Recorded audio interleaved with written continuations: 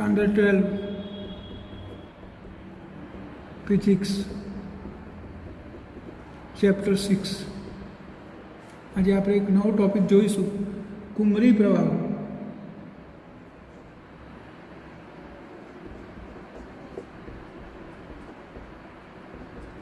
આ ટૉપિક આપણા સિલેબસમાંથી રદ કરેલો છે, એમ છતાં પણ આપણે એને સમજી લઈશું। તમારે તૈયાર કરવાનો થતો નથી, પરંતુ આપણે સમજી લઈએ કે આ કુમરી પ્રવાહો કોને કહેવાય અને એના ફાયદા અથવા એના ગેરફાયદા શું છે। તો આને આપણે અંગ્રેજીમાં એડી કરંટ કહીશું। શું કહીશું? Eddy current.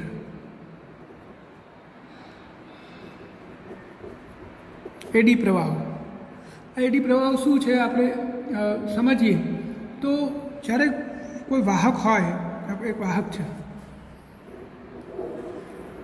આ વાહક પર આપણે આ વાહકના ટુકડા પર જ્યારે ખૂબ જ ઝડપથી બદલાતું જતું ચુંબકીય ક્ષેત્ર લાગુ પાડીએ અથવા તો વાહકના કોઈ વિસ્તાર ઉપર બદલાતું જતું ચુંબકીય ક્ષેત્ર લાગુ પાડવામાં આવે તો આ વાહકની અંદર વિદ્યુત પ્રવાહો ઉત્પન્ન થાય છે અને આ વિદ્યુત પ્રવાહોનો આકાર પાણીની અંદર ફરતા વમર જેવો, એટલે કે આમ ગોળ ગોળ ઘૂમરી જેવો હોય છે।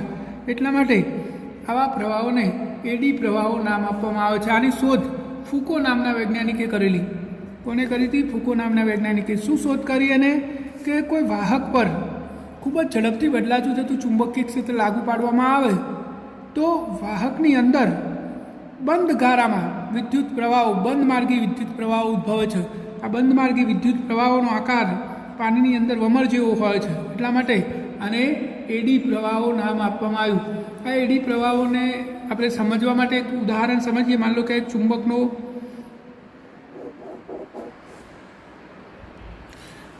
ચુંબકનો એન ધ્રુવ છે અને એક બીજા ચુંબકનો એસ ધ્રુવ છે, એટલે કે અહીંયા ચુંબકીય ક્ષેત્ર છે વચ્ચેના વિસ્તારમાં। આ વિસ્તારની અંદર આપણે એક મુક્ત ભ્રમણ કરી શકે એવી ધાતુની પ્લેટને દોલન કરાવીએ, આ બે ચુંબકને વચ્ચેના વિસ્તારમાં આમ એને દોલિત કરાવવામાં આવે તો એવું જાણવા મળ્યું છે કે આ પ્લેટનું દોલન, એટલે કે આ દોલનનું સમય ઝડપથી બંધ થઈ જાય છે, એટલે કે આનું અવમંદન થઈ જાય છે। વચ્ચે સામાન્ય પરિસ્થિતિમાં પ્લેટને તમે દોલન કરાવો એના કરતાં બે ચુંબકની વચ્ચે મૂકેલી અથવા વચ્ચે દોલન કરતી પ્લેટનું દોલન ઝડપથી ધીમું પડી જાય છે, એટલે કે એનું અવમંદન થાય છે અને થોડા સમય પછી આ પ્લેટ સ્થિર થઈ જાય છે। આ પ્લેટને તમે એમના જ દોલન કરાવો અને બે ચુંબકની વચ્ચે, એટલે કે ચુંબકીય ક્ષેત્રમાં દોલન કરાવો તો ચુંબકીય ક્ષેત્રમાં દોલન કરતી પ્લેટનું ઝડપથી અવમંદન થઈ જાય છે અને સ્થિર થઈ જાય છે, જ્યારે આ લાંબો સમય સુધી દોલન કરી શકે છે અહીંયા। તો આવું કેમ થાય છે? તો જ્યારે આ પ્લેટ ચુંબકીય ક્ષેત્રમાં દાખલ થાય ત્યારે અને ચુંબકીય ક્ષેત્રમાંથી બહાર આવે ત્યારે આ પ્લેટ સાથે સંકળાયેલું ફ્લક્સ બદલાય છે અને પરિણામે એની અંદર એડી પ્રવાહો ઉદ્ભવે છે। આ એડી પ્રવાહોના કારણે આ દોલનની ગતિનો વિરોધ કરે છે, એટલે કે આ એડી પ્રવાહો જ્યારે દાખલ થાય ત્યારે અને બહાર આવે ત્યારે પરસ્પર વિરુદ્ધ દિશામાં હોય છે અને પરિણામે આનું અવમંદન થઈ જાય છે અને આ પ્લેટનું દોલન ઝડપથી બંધ થઈ જાય છે। જો આ પ્લેટનું દોલન વધારે લાંબો સમય સુધી ચાલુ રાખવું હોય તો આ પ્લેટને આવી રીતે ખાંચા આકારે કાપી નાખવામાં આવે છે।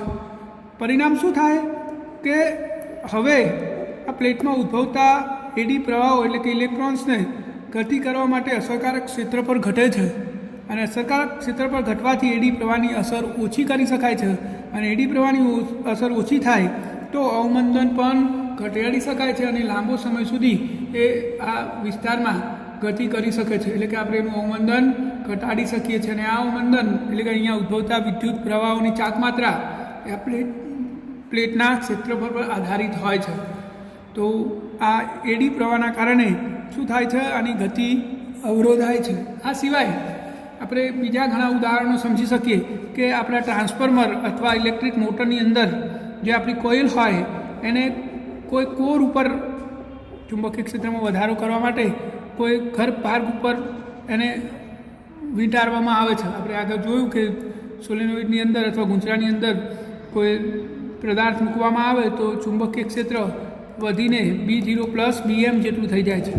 એટલે કે આપણે આ જે ગૂંચળું બનાવીએ છીએ એ ગૂંચળું ધાતુના ગર્ભ ઉપર વીંટાળેલું હોય છે. હવે જ્યારે આ ગુંચરામાંથી વિદ્યુત પ્રવાહ પસાર થાય ત્યારે અંદર રહેલા ધાતુ પદાર્થની અંદર બદ્ધ પ્રવાહ ઉદ્ભવે છે અને બદ્ધ પ્રવાહના કારણે અંદર એડી પ્રવાહો ઉત્પન્ન થાય છે. આ એડી પ્રવાહોના કારણે આપણી વિદ્યુત ઉર્જા ઉષ્મા ઉર્જામાં રૂપાંતરિત થઈ જાય છે, એટલે કે ગુંચરું ગરમ થાય છે, એટલે કે આપણી વિદ્યુત ઉર્જા ઉષ્મા ઉર્જા સ્વરૂપે વ્યય થાય છે. આ વ્યય ઘટાડવા માટે આ અંદરનો જે કોર ભાગ છે ધાતુનો એને એક ટુકડામાંથી બનાવવાની જગ્યાએ પાતળી આવી પટ્ટીઓને એકબીજા ઉપર અવાહક દ્રવ્ય વડે ચોંટાડીને આ કોર બનાવવામાં આવે છે. એટલે કે વાર્નિશ જેવું અવાહક દ્રવ્ય વડે એક પ્લેટ છે, એક બીજી પ્લેટ છે, આ બે પ્લેટને વાર્નિશ વડે ચોંટાડી દેવાની, એની પર પાછી ત્રીજી પ્લેટ, ચોથી પ્લેટ, આવી રીતે અવાહક દ્રવ્ય વડે આવી પ્લેટો એકબીજા પર ચોંટાડીને ધાતુનો ગર્ભ બનાવવામાં આવે છે, જેથી કરીને એડી પ્રવાહનું અસરકારક ક્ષેત્ર પર ઘટે અને એડી પ્રવાહ ઘટવાથી આપણી વેસ્ટ થતી ઉર્જા ઘટાડી શકાય છે. તો આ થયા એડી પ્રવાહના ગેરફાયદા. હવે આપણે એડી પ્રવાહના ફાયદા જોઈએ. તો એડી પ્રવાહનો પહેલો ઉપયોગ છે જે મેગ્નેટિક ટ્રેન હોય, ઇલેક્ટ્રિક ટ્રેન, એની અંદર બ્રેકિંગ સિસ્ટમ માટે આ એડી પ્રવાહનો ઉપયોગ થાય છે. તો એમાં શું હોય તો પાટાઓ ઉપર વિદ્યુત ચુંબકો હોય છે. આ ટ્રેનના બે પાટા ઉપર વિદ્યુત ચુંબકો હોય છે. જ્યારે વિદ્યુત પ્રવાહ ઉત્પન્ન કરવામાં આવે ત્યારે એ ચુંબકીય ક્ષેત્ર ઉત્પન્ન કરે છે અને એડી પ્રવાહો આ ટ્રેનની ગતિનો વિરોધ કરે છે. એટલે કે આ ટાયર ફરતું હોય એમાં એડી પ્રવાહ ઉદ્ભવે જે આ ટાયરની ગતિનો વિરોધ કરે, એટલે કે એની પર ગતિ વિરોધક બળ લગાડે છે અથવા તો ગતિ વિરોધક ટોર્ક લગાડે છે. પરિણામે ટ્રેન ધીમેથી અટકી જાય છે. જો અહીંયા કોઈ સંપર્કના કારણે બ્રેક નહીં લાગતી, એડી પ્રવાહના કારણે લાગે છે, એટલે આંચકો આવતો નથી. આને સ્મૂથ બ્રેક પણ કહે છે. ટ્રેનમાં સ્મૂથ બ્રેક જ લગાડવી પડે. આપણે હાર્ડ બ્રેક લગાડીએ તો ટ્રેન પટડી પરથી ઉતરી જાય. એટલે કે એડી પ્રવાહનો એક ઉપયોગ થયો. બીજો ઉપયોગ વિદ્યુત ચુંબકીય અવમંદન. કેટલાક ગેલ્વેનોમીટરની અંદર બિનચુંબકીય ધાતુઓનો ઉપયોગ થાય છે કોર બનાવવામાં. જે ગુંચરું હોય ગેલ્વેનોમીટરમાં એને બિનચુંબકીય ધાતુ ઉપર ચોંટાડેલું હોય. હવે જ્યારે ગુંચરામાંથી વિદ્યુત પ્રવાહ પસાર થાય ત્યારે અંદર એડી પ્રવાહ ઉદ્ભવે છે અને આ એડી પ્રવાહો પેલા આપણા દર્શકને ઝડપથી સ્થિર કરે છે, એટલે કે આપણને અવલોકન લેવામાં સરળતા રહે. નહીં તો કાંટો આમ હલે કરે તો આપણે અવલોકન લઈ શકીએ નહીં. તો એનો બીજો ઉપયોગ થયો. ત્રીજો છે પ્રેરણ ભઠ્ઠી, જેને આપણે ઇન્ડક્શન ભઠ્ઠી પણ કહીએ છીએ. આ ઇન્ડક્શન ભઠ્ઠીનો ઉપયોગ શું તો ઇન્ડક્શન ભઠ્ઠીની અંદર ખૂબ જ ઊંચું તાપમાન મેળવીને ઘટક ધાતુઓ પીગારી અને મિશ્ર ધાતુ બનાવવા માટે, એટલે કે માનો કે આ ધાતુને પીગારવાની છે તો આ ધાતુ પર વાહકતાનું ગુંચરું વીંટાળીને આમાંથી ખૂબ જ ઊંચી આવૃત્તિવાળો એસી વોલ્ટેજ પસાર કરવામાં આવે તો એની અંદર એડી પ્રવાહ ઉદ્ભવે છે અને ખૂબ જ ઊંચું તાપમાન મેળવે છે, પરિણામે પીગળી જાય છે. અને છેલ્લું ઇલેક્ટ્રિક મીટર. જે જૂના જમાનામાં મીટરો હતા, અત્યારે તો આપણે ડિજિટલ મીટરો જોઈએ છીએ, પણ જૂના જમાનામાં મીટરની અંદર એક ધાતુની તકતી હતી જે ગોળ ફરતી હોય. આ ધાતુની તકતી એડી પ્રવાહોના કારણે જ ભ્રમણ કરતી હોય છે. જ્યારે ગુંચરામાંથી અલ્ટરનેટિવ કરંટ પસાર થાય ત્યારે તકતીમાં એડી પ્રવાહ ઉદ્ભવે છે, પરિણામે એ ભ્રમણ કરતી હોય છે. તો આ એડી પ્રવાહો છે અને એડી પ્રવાહોના ઉપયોગ અને એના ગેરફાયદા આપણે જોઈ લીધા છે. આ પ્રશ્ન આપણા સિલેબસમાંથી કેન્સલ કરેલો છે, એટલે આપણે તમારે તૈયાર કરવાનો થતો નથી, માત્ર સમજવાનો છે કે એડી પ્રવાહો શું કરી શકે. હવે આપણે આગળની થિયરી જોઈએ. જે થિયરી અગત્યની કહી શકાય, પ્રેરકત્વ કોને કહેવાય? તો એવું જોવા મળ્યું છે કે એકબીજાની નજીક રહેલા આ એક ગુંચરું, એક બીજું ગુંચરું, તો એકબીજાની નજીક રહેલા અથવા એક ગુંચરામાંથી પસાર કરેલા પ્રવાહમાં ફેરફાર કરવામાં આવે તો એ ગુંચરા સાથે સંકળાયેલ ફ્લક્સ પણ બદલાય છે અને પરિણામે ઈએમએફ અથવા તો પ્રેરિત વિદ્યુત પ્રવાહ ઉદ્ભવે છે. આને પ્રેરકત્વ કહે છે. કોને પ્રેરકત્વ કહેવાય? તો માન લો કે આ ગુંચરામાંથી વિદ્યુત પ્રવાહ પસાર કર્યો તો આમાં ચુંબકીય ક્ષેત્ર ઉદ્ભવશે. આ ચુંબકીય ક્ષેત્રની અસર આ ગુંચરા સાથે થાય તો આની સાથે ફ્લક્સ સંકળાય. આ ફ્લક્સમાં ફેરફાર થાય તો આમાં પ્રેરિત ઈએમએફ ઉદ્ભવે છે. આને શું કહેવાય? પ્રેરકત્વ કહે છે. ઘણીવાર એવું એ થાય કે આ ગુંચરામાંથી પસાર કરેલો પ્રવાહ બદલાવવામાં આવે તો ગુંચરા સાથે સંકળાયેલ ફ્લક્સ બદલાય, પરિણામે અહીંયા પ્રેરિત ઈએમએફ ઉદ્ભવે. આને પણ આપણે પ્રેરકત્વ કહી શકીએ. એટલે કે પોતાના પ્રવાહના ફેરફારના કારણે કાં તો બીજાના પ્રવાહના ફેરફારના કારણે પ્રેરિત ઈએમએફ ઉદ્ભવે. આ ઘટનાને શું કહેવાય? આ પ્રેરકત્વ કહે છે. અને આ ગુંચરા સાથે સંકળાયેલું ફ્લક્સ એ પસાર કરેલા પ્રવાહના સમપ્રમાણમાં હોય છે, એટલે કે ફાઈ ચલે છે આઈ. બે ગૂંચળાનો કિસ્સો હોય કે એક ગૂંચળાનો કિસ્સો, જો આ ગૂંચળું છે ને કે બીજું ગૂંચળું છે, આમાંથી તમે આઈ જેટલો પ્રવાહ પસાર કર્યો તો આની સાથે સંકળાયેલું ફ્લક્સ ફાઈ એ આ પ્રવાહના સમપ્રમાણમાં હોય, એટલે કે ફાઈ ચલે છે આઈ. અથવા તો તમે એક ગૂંચળાનો કિસ્સો લો તો એક ગૂંચળામાં પસાર કરેલો પ્રવાહ આઈ હોય અને આની સાથે સંકળાયેલું ફ્લક્સ ફાઈ હોય તો ફાઈ ચલે છે આઈ. બે ગૂંચળા હોય કે એક ગૂંચળું હોય, બંનેમાં ઉત્પન્ન થયેલું ફ્લક્સ એમાંથી પસાર કરેલા પ્રવાહના સમપ્રમાણમાં હોય છે. આપણે સમય સાપેક્ષ વિકલન કરી દઈએ તો dφ/dt = di/dt. હવે આ તો આપણે એક આંટાની વાત કરી. માન લો કે દરેક આંટા સાથે સંકળાયેલ ફ્લક્સ ફાઈ હોય અને ગૂંચળામાં કુલ આંટાની સંખ્યા n હોય તો શું થશે?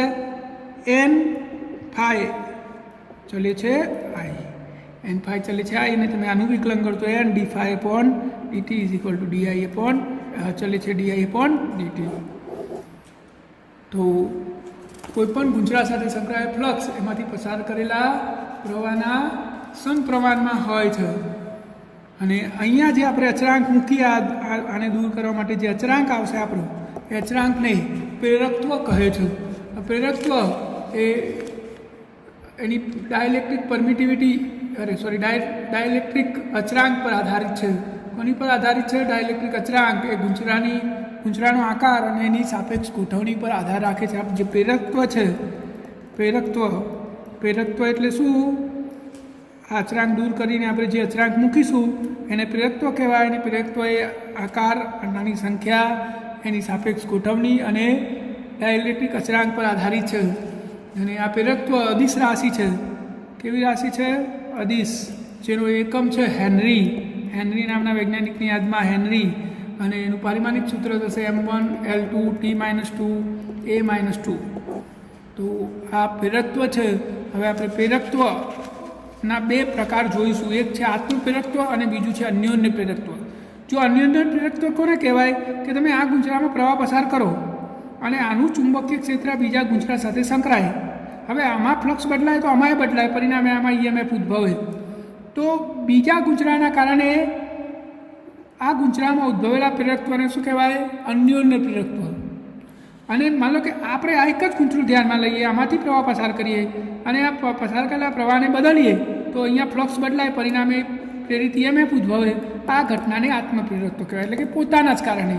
અને આ અન્યોન્ય પ્રેરકત્વ એટલે બીજાના કારણે. તો આપણે આ બે પ્રકારના પ્રેરકત્વ જોઈશું. એમાં પહેલું આપણે જોઈએ અન્યોન્ય પ્રેરકત્વ. અન્યોન્ય પ્રેરકત્વ એટલે બીજા ગૂંચળાના કારણે ઉદ્ભવેલું પ્રેરકત્વ. માન લો કે આ એક ગૂંચળું છે, જેને આપણે S1 ગૂંચળું કહી દઈએ, જેની અંદર એકમ લંબાઈ દીઠ આંટાની સંખ્યા N1 અને કુલ આંટાની સંખ્યા કેપિટલ N1 છે અને એની લંબાઈ છે L. આને સમઅક્ષીય એક મોટું ગૂંચળું આનાથી સમઅક્ષીય, આની બંનેની અક્ષ એક જ છે. આ એક બીજું ગૂંચળું આપણે ધ્યાનમાં લીધું, જેને આપણે S2 કહી દઈએ. એકમ લંબાઈ દીઠ આંટાની સંખ્યા N2 અને કુલ આંટાની સંખ્યા કેપિટલ N2 છે. તો આપણે નાના ગૂંચળાની ત્રિજ્યા R1 લઈ લઈએ અને આ મોટા ગૂંચળાની ત્રિજ્યા R2 લઈ લઈએ. આ બે ગૂંચળા આપણે અહીંયા દર્શાવ્યા છે. એક ગૂંચળા પર બીજું ગૂંચળું છે, બંને સમઅક્ષીય છે. તો હવે આપણે અહીંયા આત્મપ્રેરકત્વ ગણવું છે. તો આપણે પહેલાં એક કામ કરીએ, આ બહારનું જે ગૂંચળું છે, આ બહારનો સોલેનોઇડ, એમાંથી I2 જેટલો પ્રવાહ પસાર કરીએ અને એની અંદર કુલ આંટા છે આપણા N2. તો આ બહારના ગૂંચળામાં પ્રવાહ પસાર કર્યો તો અંદરના ગૂંચળામાં ઉદ્ભવેલું ફ્લક્સ, એટલે કે અંદરના ગૂંચળામાં આંટાની સંખ્યા N1 અને ફ્લક્સ ∅1, આ N1 ∅1 કેટલું હોય? બહારથી પસાર કરેલા પ્રવાહના સમપ્રમાણમાં, એટલે કે N1 ∅1 ચલે છે I2. હવે આ અચળાંકને દૂર કરીએ તો N1 ∅1 = M12 I2. જો આ M12, આ M એ અન્યોન્ય પ્રેરકત્વની સંજ્ઞા છે. શાની? અન્યોન્ય પ્રેરકત્વની સંજ્ઞા છે. એમ આપણે હાલ કીધું ને, અચળાંકને પ્રેરકત્વ કહેવાય. અચળાંકની જગ્યાએ શું મૂક્યું મેં? M21. આને અન્યોન્ય પ્રેરકત્વ કહેવાય. આ M12 નો અર્થ શું થાય? પહેલા ગૂંચળાનું બીજાની સાપેક્ષ અન્યોન્ય પ્રેરકત્વ. કારણ કે બીજામાં પ્રવાહ પસાર કર્યો તો પહેલામાં પ્રેરકત્વ ઉદ્ભવશે, એને આપણે અન્યોન્ય પ્રેરકત્વ કહીએ છીએ. એટલે પહેલા ગૂંચળા સાથે સંકળાયેલું ફ્લક્સ = M12 I2. જે M12 શું છે? અન્યોન્ય પ્રેરકત્વ છે, પહેલાનું બીજાની સાપેક્ષ. હવે આપણે અન્યનું પ્રેરક શોધવું છે તો આપણે સરળતાથી શોધી શકીએ. જુઓ, પહેલાં સાથે સંકળાયેલું ફ્લક્સ N1 ∅1 બરાબર શું થશે? તો N1 ∅1 એટલે શું? ચુંબકીય ક્ષેત્ર તો પેલા B2માં ઉદ્ભવશે એટલે B2 અને પેલાનું આડછેદનું ક્ષેત્ર ફાઈની જગ્યાએ BA થાય. ફાઈ બરાબર શું થાય? BA. એ સૂત્ર પ્રમાણે તો પ્રવાહ આપણે પહેલાં ગુંચરામાં બીજા ગુંચરામાં દાખલ કર્યો છે તો એના કારણે ચુંબકીય ક્ષેત્ર ઉદ્ભવશે એટલે આપણે અહીંયા B2 લીધો. તો હવે N1 ∅1 is equal two N2 એટલે કુલ આંટાની સંખ્યા. તો આપણે આવું લખી શકીએ N1L એકમ લંબાઈ દીઠ આંટાની સંખ્યા ગુણ્યા લંબાઈ એટલે કુલ આંટાની સંખ્યા થઈ ગઈ. B2 એટલે બીજા ગુંચરામાં ચુંબકીય ક્ષેત્ર અને કેટલું હોય? તો μ0 સોલેનોઇડનું ચુંબકીય ક્ષેત્ર μ0 N2 I2 અને A1 એટલે પાઈ R1². તો આટલું ફ્લક્સ પહેલા ગુંચરા સાથે સંકળાશે. કેટલું? આ મેં લખ્યું એટલું. તો M12 બરાબર શું થશે? જો M12 ને સૂત્ર કરતાં બનાવો તો આ ફ્લક્સ ભાગ્યા I2, તો ફ્લક્સ આટલું છે અને ભાગ્યા I2, તો I2 કેન્સલ થઈ જશે. તો શું વધશે? N1L μ0 N2 પાઈ R1². આટલું અન્યનું પ્રેરક પહેલાં ગુંચરામાં ઉદ્ભવશે. કોના કારણે? બીજા ગુંચરામાં પસાર કરેલા પ્રવાહના કારણે આટલું અન્યોન્ય પ્રેરકત્વ ઉદ્ભવ્યું. અહીંયા બરાબર તમારે યાદ રાખવાનું કે આ સોલેનોઇડ ખૂબ જ લાંબા છે બંને, એટલે કે R<L માટે જ આપણે આ ગણતરી કરી શકીએ. અને આવું ધ્યાનમાં લઈએ ત્યારે જ આમ જાઓ કે આમ જાઓ ચુંબકીય ક્ષેત્ર આપણે સમાન ગણી શકીએ. છેડાઓની અસરને એવું ગણીને બાકીના વચ્ચેના વિસ્તારમાં ગમે તે બાજુ ચુંબકીય ક્ષેત્ર સમાન ત્યારે જ ગણી શકાય જ્યારે R<L હોય. હવે આપણે આનાથી વિરુદ્ધ વિચારીએ. આપણે આ બીજા ગુંચરામાં I2 પ્રવાહ પસાર કરો એની જગ્યાએ પહેલા ગુંચરામાં I1 પ્રવાહ પસાર કરીએ તો શું થશે? બીજા ગુંચરા સાથે ફ્લક્સ સંકળાશે અને બીજા ગુંચરા સાથે સંકળાયેલ ફ્લક્સ N2 ∅2 બરાબર શું થાય? ચલે છે પહેલા ગુંચરામાં પસાર કરેલો પ્રવાહ I1, તો N2 ∅2 is equal two M21 I1 આવું લખી શકીએ. બીજાનું પહેલાંના કારણે અન્યનું પ્રેરકત્વ પહેલાંથી બિલકુલ ઉલટું. હવે આપણે N2 ∅2 શોધી કાઢીએ તો N2 એટલે શું? N2L કુલ આંટાની સંખ્યા એટલે એકમ લંબાઈ દીઠ આંટાની સંખ્યા ગુણ્યા લંબાઈ. ∅2 એટલે BA એટલે B1 A2 બીજા ગુંચરાનું શોધવાનું છે. N2L B1ની જગ્યાએ શું થશે? μ0 N1 μ0 Ni I1 into pi R2². આ આપણું ફ્લક્સ આવ્યું. તો હવે અન્યનો પ્રેરકત્વ M21 બરાબર શું થશે? ભાગ્યા I1, તો કેટલું થશે? N1L N2 μ0 પાઈ R2². આટલું થશે. તો હવે જુઓ, અહીંયા એક બાબત આપણે બરાબર સમજવાની છે કે જે આ બે સોલેનોઇડ છે એમાં આપણે હાલ આમાંથી પ્રવાહ પસાર કર્યો છે એટલે અહીંયા ઉદ્ભવેલું ચુંબકીય ક્ષેત્ર સોલેનોઇડની અંદરની સોલેનોઇડના અંદરના વિસ્તારમાં જ હશે. એટલે કે આપણે R2 લેવાની જગ્યાએ શું લેવું પડે? R1. તો આપણે અહીંયા R1 લઈએ તો N1L N2 μ0 પાઈ R1² લખી શકાય. M21 આવ્યું. હજુ આ M12 અને M21 બે સરખા છે. M12 is equal two M21 is equal two M. તો આના પરથી આપણે શું કહી શકીએ કે તમે મોટા ગુંચરામાંથી પ્રવાહ પસાર કરો કે નાના ગુંચરામાંથી પસાર કરો. મોટાના કારણે નાનામાં ઉદ્ભવેલું અન્યનું પ્રેરકત્વ અને નાનાના કારણે મોટામાં ઉદ્ભવેલું અન્યનું પ્રેરકત્વ કેવા હોય છે? સમાન. અને રેસિપ્રોસિટી થિયરમ પણ કહેવામાં આવે છે. અને આ થિયરમનો ઉપયોગ કરીને આપણે કેટલાક વિશિષ્ટ કિસ્સાઓમાં આનો ઉપયોગ કરી શકીએ. કેવો વિશિષ્ટ કિસ્સો? તો માની લો કે આ એક સોલેનોઇડ છે મોટો, એની અંદર એક નાનો સોલેનોઇડ છે પણ ખૂબ જ ટૂંકો છે મોટા કરતાં. તો આવા કિસ્સામાં શું થશે કે બહારમાં પ્રવાહ પસાર કરો તો અન્યનું પ્રેરકત્વ શોધવું ખૂબ જ સરળ છે, પરંતુ અંદરના પ્રવાહના કારણે બહારનું ચુંબકીય ક્ષેત્ર શોધવું, બહારનું અન્યનું પ્રેરકત્વ શોધવું ખૂબ જ મુશ્કેલ થઈ જાય છે. આવા કિસ્સામાં આપણે શું કરી શકીએ? બહારના કારણે અંદરનું શોધી દેવાનું, એટલું જ અંદરના કારણે બહારનું હોય. એટલે આ થિયરમનો ઉપયોગ કરીને આપણે આવા વિશિષ્ટ કિસ્સાઓમાં પણ અન્યનું પ્રેરકત્વ શોધી શકીએ છીએ. હવે આપણે આ બંને કિસ્સાઓમાં વચ્ચેનું માધ્યમ હવા લીધેલું છે, પણ જો કોઈ માધ્યમ લઈએ તો આ જ શું થશે? આ μ0ની જગ્યાએ આપણે મૂકવું પડે N1 N2L પાઈ R1². આ મ્યુ મૂકવો પડે, મ્યુની જગ્યાએ તમે મ્યુ 0 મ્યુ બરાબર મ્યુ 0 મ્યુ આર પણ મૂકી શકો. મ્યુ એ શું છે? માધ્યમની પરમિએબિલિટી. મ્યુ 0 શૂન્યાવકાશની પરમિએબિલિટી અને મ્યુ આર એ સાપેક્ષ પરમિએબિલિટી છે. તો આ રીતે આપણે અન્યોન્ય પ્રેરકત્વ શોધી શકીએ છીએ. આ થિયરી તમારે તૈયાર કરવાની છે એટલે તમે વ્યવસ્થિતપણે કોઈ પ્રકાશનમાંથી જોઈને વ્યવસ્થિત તૈયાર કરી શકો છો. હવે આપણે આને અનુલગતું એક ઉદાહરણ જોઈશું. 6.9 બે સમકેન્દ્રીય ગોળાકાર ગુંચરા એક નાની ત્રિજ્યા R1 અને બીજું મોટી ત્રિજ્યા R2 છે, જ્યાં R1 R2 છે. કેન્દ્રો સંપાત થાય તેમ સમઅક્ષીય મૂકવામાં આવેલ છે. તો આ ગોઠવણનું અન્યોન્ય પ્રેરકત્વ શોધો. બે ગુંચરા છે, એમને એકબીજાની ઉપર સમકેન્દ્રીય ગોળાકાર ગુંચરા છે. તો આ એક ગુંચરું અને એક આ બીજું ગુંચરું.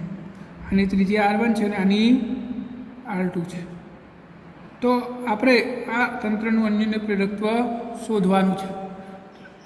તો આપણે શું કરીશું? ગમે તે એકમાંથી વિદ્યુત પ્રવાહ પસાર કરીશું. માની લો કે આમાંથી I2 પ્રવાહ પસાર કરીએ તો મોટા ગુંચરામાંથી એટલે કે બાહ્ય ગુંચરામાંથી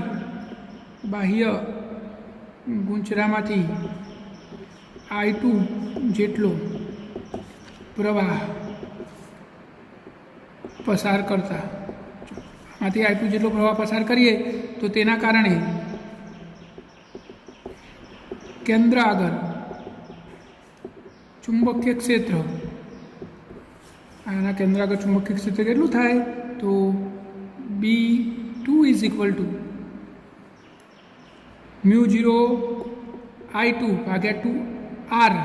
આપણી ત્રિજ્યા કેટલી છે? R2 મોટા ગુંચરાની. તો μ0 I2 / 2R2 જેટલું અહીંયા કેન્દ્ર આગળ ચુંબકીય ક્ષેત્ર, અહીંના કેન્દ્ર આગળ ચુંબકીય ક્ષેત્રનું સૂત્ર જ વાપર્યું છે, આપણે બીજું કંઈ કર્યું નથી. તો હવે આના કારણે ફ્લક્સ એટલે કે પહેલા ગુંચરા સાથે સંકળાયેલ ફ્લક્સ, તો અંદરના ગુંચરા સાથે સંકળાયેલ ફ્લક્સ જેને આપણે ∅1 કહી દઈએ, તો ∅1 બરાબર શું થશે? B2 બીજા ગુંચરાનું ચુંબકીય ક્ષેત્ર, પહેલા ગુંચરાનું આડછેદનું ક્ષેત્રફળ. તો બીની કિંમત શું થાય? μ0 I2 ભાગ્યા 2R2 અને પેલું શું થશે? πR1 2 આટલું થશે. તો આપણે આવું કહી શકીએ કે આ જે આપણો I2 છે એટલે કે μ0 πR1 2 ભાગ્યા 2R2 I2. તો આપણા નિયમ પ્રમાણે આ ∅1 = શું થાય? M12 I2. તો M12 બરાબર શું થઈ ગયું? μ0 πR1 2 ભાગ્યા 2R2. આ આપણું અન્યોન્ય પ્રેરકત્વ આવી ગયું. આપણે રેસિપ્રોસિટી થિયરમ પરથી આવું પણ કહી શકીએ, M21 = μ0 πR1 2 ભાગ્યા 2R2. તો આ રીતે આપણે અન્યોન્ય પ્રેરકત્વ શોધી શકીએ છીએ. જો ખૂબ જ સરળ દાખલો છે. તમે આનાથી ઉલટું પણ શોધી શકો. અંદરની રિંગમાં પ્રવાહ પસાર કરીને બહારનું ફ્લક્સ પણ શોધી શકો છો. આના આ જ જવાબ આવે. તો એટલે આપણી અન્યોન્ય પ્રેરકત્વની થિયરી પૂરી થાય છે. અને હવે જોઈશું આપણે આત્મપ્રેરકત્વ. એ જોઈએ એ પહેલાં થોડું આપણે પ્રેરિત EMF અને અન્યોન્ય પ્રેરકત્વ વચ્ચે રિલેશન મેળવી લઈએ. તો આપણે જોયું કે જો બે ગુંચરા હોય C1 અને C2 અથવા S1 ને S2, S1માં તમે પ્રવાહ પસાર કરો તો C2 સાથે ફ્લક્સ સંકળાય અને પ્રેરિત EMF ઉદ્ભવે. જો C2માં પ્રવાહ પસાર કરો તો C1 સાથે ફ્લક્સ સંકળાય અને ફ્લક્સમાં ફેરફાર થતાં આમાં EMF ઉદ્ભવે. તો આને આપણે અન્યોન્ય પ્રેરકત્વ કહીએ છીએ. તો પહેલાં ગુંચરામાં ઉદ્ભવેલું ફ્લક્સ એ કેટલું હોય? બીજા ગુંચરામાં પસાર કરેલા પ્રવાહના સમપ્રમાણમાં, એટલે કે આપણે અહીંયા આપણે M કહીએ છીએ અને આપણે M12 કહી શકીએ. શું કહી શકીએ? M12. પણ મેં ખાલી એકલો M લખ્યો છે. હવે આપણે આનું સમય સાપેક્ષ વિકલન કરી દઈએ તો N1 dϕ1/dt = M dI2/dt. બે બાજુ સમય સાપેક્ષ વિકલન કરી દીધું. હવે જુઓ અહીંયા N dϕ/dt આ તો ફેરેડેનો નિયમ છે. આના બરાબર તો -ε1 થાય = M dI2/dt. therefore ε1 બરાબર -M dI2/dt. આ આપણું EMF અને અન્યોન્ય પ્રેરકત્વ વચ્ચેનું રિલેશન આવી ગયું. તો અન્યોન્ય પ્રેરકત્વ પ્રેરિત EMF એ અન્યોન્ય પ્રેરકત્વ અને પ્રવાહના ફેરફારના સમય દર પર આધાર રાખે છે એવું આપણે કહી શકીએ. તો આ સૂત્ર પણ તમારે યાદ રાખવાનું છે. અને હવે આપણે નવી થિયરી જોઈએ, આત્મપ્રેરકત્વ. આપણે હાલ શું જોયું કે આ ગુંચરામાં પ્રવાહ પસાર કર્યો તો એના કારણે આ ગુંચરા સાથે ફ્લક્સ સંકળાયું. હવે આ ફ્લક્સ બદલાય તો અહીંયા પ્રેરિત EMF ઉદ્ભવે. આને શું કહેવાય? અન્યોન્ય પ્રેરકત્વ. પરંતુ આપણે કોઈ સોલેનોઇડ લઈએ, એક જ ગૂંચરું લઈએ, આ ગૂંચરામાં હું I જેટલો પ્રવાહ પસાર કરું તો સોલેનોઇડમાં આ રીતે ચુંબકીય ક્ષેત્ર ઉદ્ભવે, આપણે જાણીએ છીએ. અને છેડા પાસેથી ક્ષેત્રરેખાઓ વળીને આ રીતે બંધ ધારા રચે છે. આ આપણે સોલેનોઇડનું ચુંબકીય ક્ષેત્ર જોયેલું છે. હવે આમાંથી પસાર કરેલા પ્રવાહમાં જો ફેરફાર કરવામાં આવે તો આ ગૂંચરાની ક્ષેત્રરેખાઓ, એટલે કે આ જે ચુંબકીય ક્ષેત્ર છે એમાં પણ ફેરફાર થાય, એટલે કે આની સાથે સંકળાયેલું ફ્લક્સ બદલાય છે. જો પોતાના જ પ્રવાહના કારણે પોતાની જ સાથે ફ્લક્સ સંકળાયું હતું, હવે પોતાના જ પ્રવાહમાં ફેરફાર કરીએ તો ગૂંચરાના પોતાના જ સાથે સંકળાયેલું ફ્લક્સ બદલાય છે. પરિણામે અહીંયા પ્રેરિત EMF ઉદ્ભવે છે. આ અસરને આત્મપ્રેરકત્વ કહે છે. આ ગૂંચરામાં પસાર કરેલા પ્રવાહની અંદર વિદ્યુત પ્રવાહ પસાર કરવામાં આવે તો ગૂંચરા સાથે ચુંબકીય ક્ષેત્ર સંકળાય છે. હવે આ ગૂંચરામાંથી પસાર કરેલો પ્રવાહ બદલવામાં આવે તો ગૂંચરા સાથે સંકળાયેલ ફ્લક્સમાં ફેરફાર થતાં પ્રેરિત EMF ઉદ્ભવે છે. આ ઘટનાને આત્મપ્રેરણ તરીકે ઓળખવામાં આવે છે. હવે આપણે ગૂંચરામાં આંટાની સંખ્યા n લઈ લઈએ તો ગૂંચરા સાથે સંકળાયેલું ફ્લક્સ ચલે છે I. therefore n phi is equal to Li. જો મેં અહીંયા સંજ્ઞા બદલી દીધી, એમની જગ્યાએ L કરી દીધી. આ Lને આત્મપ્રેરકત્વ કહે છે. શું કહેવાય? આત્મપ્રેરકત્વ. પેલું અન્યોન્ય પ્રેરકત્વ એમ હતું, અહીંયા શું છે? આત્મપ્રેરકત્વ L. આ L પણ અદિશ રાશિ છે અને એનો એકમ પણ હેનરી થાય. તો હવે આપણે આનું બે બાજુ વિકલન કરી દઈએ તો n dϕ/dt બરાબર L di/dt. અને આની જગ્યાએ તો શું થાય? પેરેટોનો નિયમ -ε is equal to L di/dt. therefore epsilon બરાબર -L di/dt. તો એપ્સાઇલન બરાબર શું આવ્યું? -L di/dt. આ માઇનસ નિશાની કેમ આવી? તો એક રીતે આપણે લેન્ઝનો નિયમ પણ કહી શકીએ અને આપણે એને આ રીતે પણ સમજાવી શકીએ કે જ્યારે આ ગૂંચરામાં વિદ્યુત પ્રવાહમાં ફેરફાર કરવામાં આવે ત્યારે પ્રેરિત EMF ઉદ્ભવે છે અને બેક EMF તરીકે ઓળખવામાં આવે છે. શું કહેવાય? Back EMF. હવે આ જે EMF ઉદ્ભવ્યું એ આ ગૂંચરામાં વિદ્યુત પ્રવાહના ફેરફારનો વિરોધ કરે છે. એટલે કે આપણે હવે જો અહીંયા પ્રવાહ બદલવો હોય તો બેક EMF વિરુદ્ધ કાર્ય કરવું પડે છે. આ કાર્ય જ ગૂંચરામાં ચુંબકીય ઉર્જાના સ્વરૂપમાં સંગ્રહિત થાય છે. તો Lને અન્યોન્ય પ્રેરકત્વ તરીકે ઓળખવામાં આવે છે. હવે આપણે અન્યોન્ય પ્રેરકત્વ ગણવું છે તો આપણે આ સોલેનોઇડના આડછેદનું ક્ષેત્ર પર લઈ લઈએ, લંબાઈ L લઈ લઈએ, એકમ લંબાઈ દીઠ આંટાની સંખ્યા n લઈ લઈએ. તો ગૂંચરામાં પસાર કરેલા પ્રવાહના કારણે ઉદ્ભવેલું ચુંબકીય ક્ષેત્ર B બરાબર μ0 ni થાય.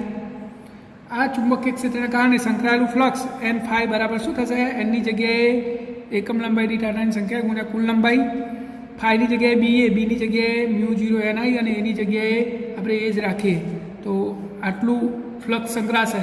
તો હવે અન્યોન્ય પ્રેરકત્વ L બરાબર phi/I, એટલે કે આમાંથી I જતો રહે તો n² L μ0 a.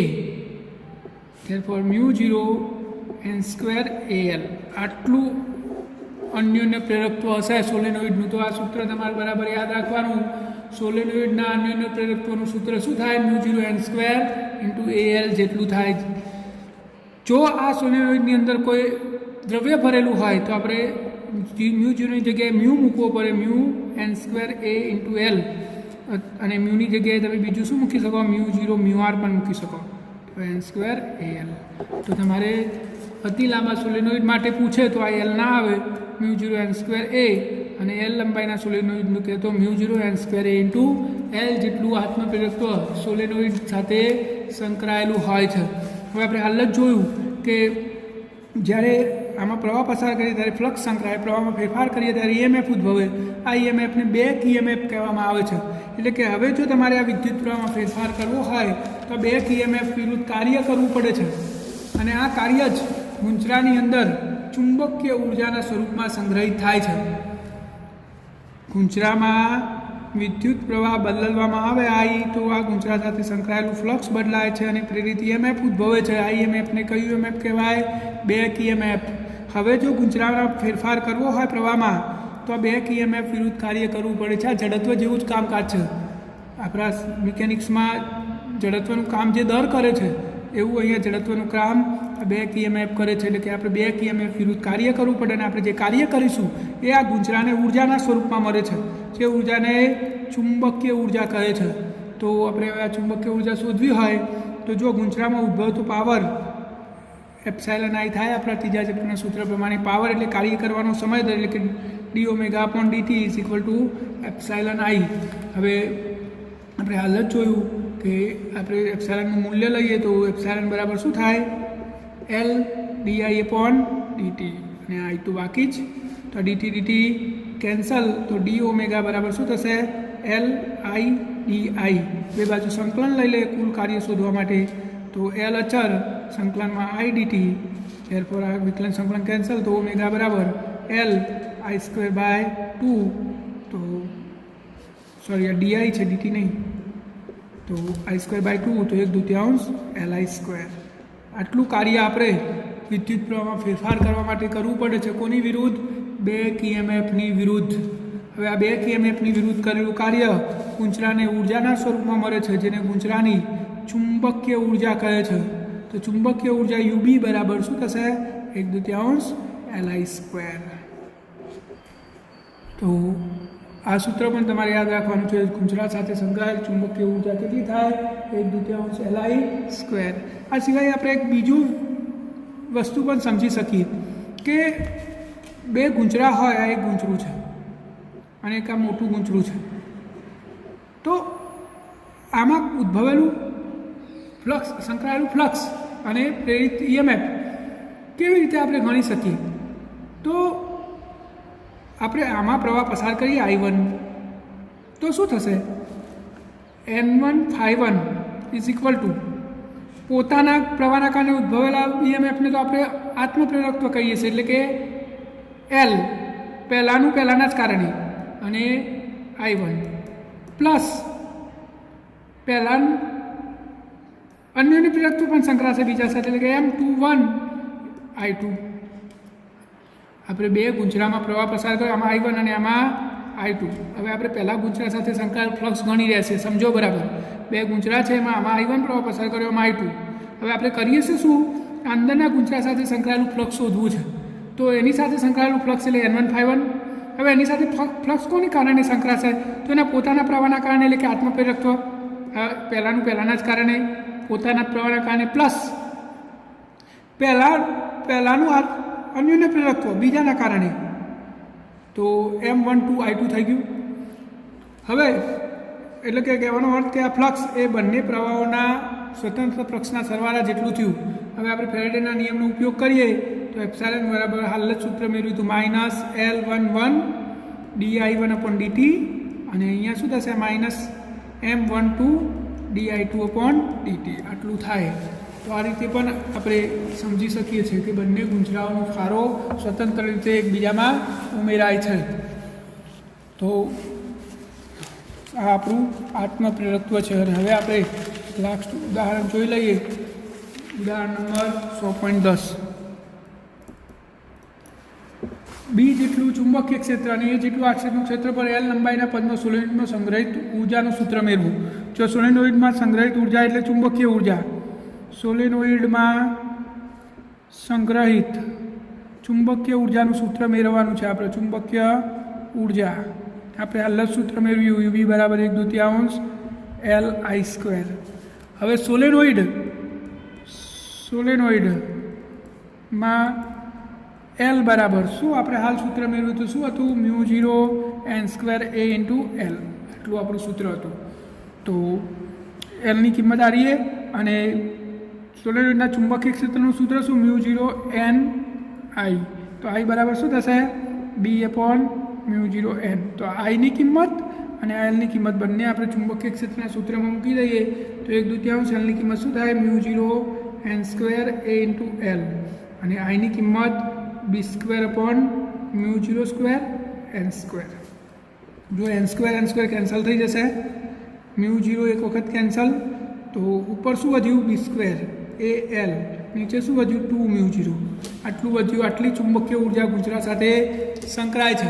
તો એકમ કદ દીઠ ઉર્જાને તો શું કહેવાય? ઉર્જા ઘનતા.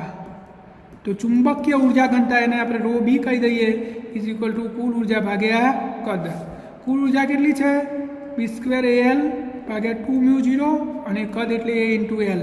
તો a l કેન્સલ, તો ચુંબકીય ઉર્જા ઘનતા કેટલી આવી? b²/2μ0. આ પણ સૂત્ર તમારે યાદ રાખવાનું. ભલે દાખલો છે પરંતુ આ સૂત્ર આપણા કામમાં આવે. ખૂબ જ સરળ દાખલો છે, IMPA છે, તૈયાર કરી દેવાનો. આ ચુંબકીય ઉર્જા છે ગુંચરા સાથે સંકળાયેલી. એવી જ રીતે આપણે કેપેસિટરમાં સંગ્રહિત વિદ્યુત ઉર્જા ઘનતાનું સૂત્ર આપણે બીજા ચેપ્ટરમાં મેળવેલું છે. ρ ઇઝ ઇક્વલ ટુ 1/2 ε0 e². આ કેપેસિટરમાં સંગ્રહિત વિદ્યુત ઉર્જા છે. તો આટલે સુધી આપણે આજે રાખીએ છીએ. બાકીનું આપણે આવતીકાલે જોઈશું.